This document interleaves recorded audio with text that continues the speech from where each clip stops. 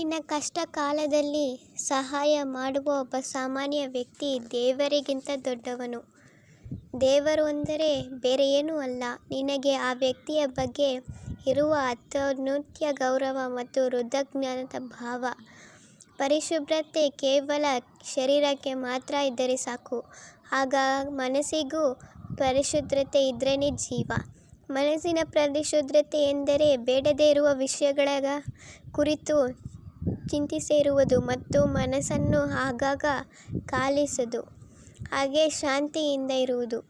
ಇಲ್ಲವಾದರೆ ಗತಿ ತಪ್ಪಿದ ಆಲೋಚನೆಯಿಂದ ಮನಸ್ಸು ಮತಿತಪ್ಪುತ್ತದೆ. ಮನಸ್ಸಿಗೆ ಆಸೆ ಹೆಚ್ಚು, ಕಂಡದ್ದನ್ನೆಲ್ಲ ಬಯಸುತ್ತದೆ, ಆದರೆ ಪ್ರಕೃತಿಗೆ ಸ್ಪಷ್ಟತೆಯನ್ನು ಹೆಚ್ಚು. ಏನು ಕೊಡಬೇಕೋ ಅದನ್ನು ಕೊಡುತ್ತದೆ. ಪ್ರಕೃತಿ ನಿನ್ನ ಮನಸ್ಸು ಪಡುವ ಆಸೆಯನ್ನೆಲ್ಲ ಕೊಡುವುದಿಲ್ಲ.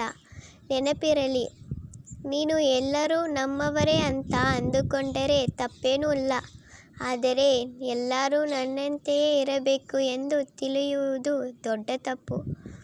ಈ ಜೀವನವು ತುಂಬ ವಿಭಿನ್ನವಾಗಿದೆ. ಇಲ್ಲಿ ಇರುವ ಪ್ರತಿಯೊಬ್ಬರೂ ವಿಭಿನ್ನ.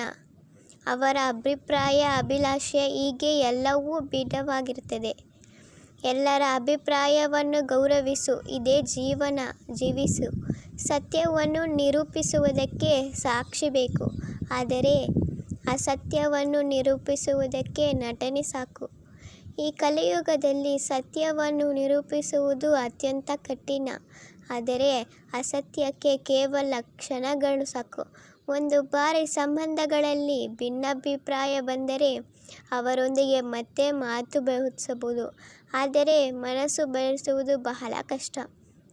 ಒಬ್ಬ ಶಿಲ್ಪಿ ಒಂದು ಕಲ್ಲಿಗೆ ಬಲವಾದ ಪೆಟ್ಟು ಕೊಡುವುದರಿಂದ ಹೇಗೆ ಕಲ್ಲು ಒಂದು ಸುಂದರ ರೂಪ ತಾಳುತ್ತದೆಯೋ, ಹಾಗೆ ನೀನು ಸಹ ನಿನ್ನ ಆಸೆಗಳಿಗೆ ಬಲವಾದ ನಂಬಿಕೆ ಮತ್ತು ಕಠಿಣ ಶ್ರಮದಿಂದ ಪೆಟ್ಟನ್ನು ಕೊಟ್ಟಾಗ ನಿನ್ನ ಆಸೆಗಳು ಸಹ ಸುಂದರ ರೂಪ ತಾಳುತ್ತದೆ. ಒಬ್ಬ ಪುರುಷ ಮನಸ್ಫೂರ್ತಿಯಾಗಿ ಪ್ರೀತಿಸಿದರೆ ಒಂದು ಮಗುವಿನ ಹಾಗೆ ಪ್ರವರ್ತಿಸುತ್ತಾನೆ. ಅದೇ ಒಬ್ಬ ಸ್ತ್ರೀ ಮನಸ್ಫೂರ್ತಿ ಪ್ರೀತಿಸಿದರೆ ಒಬ್ಬ ತಾಯಿಯ ಹಾಗೆ ಪ್ರವರ್ತಿಸುತ್ತಾಳೆ.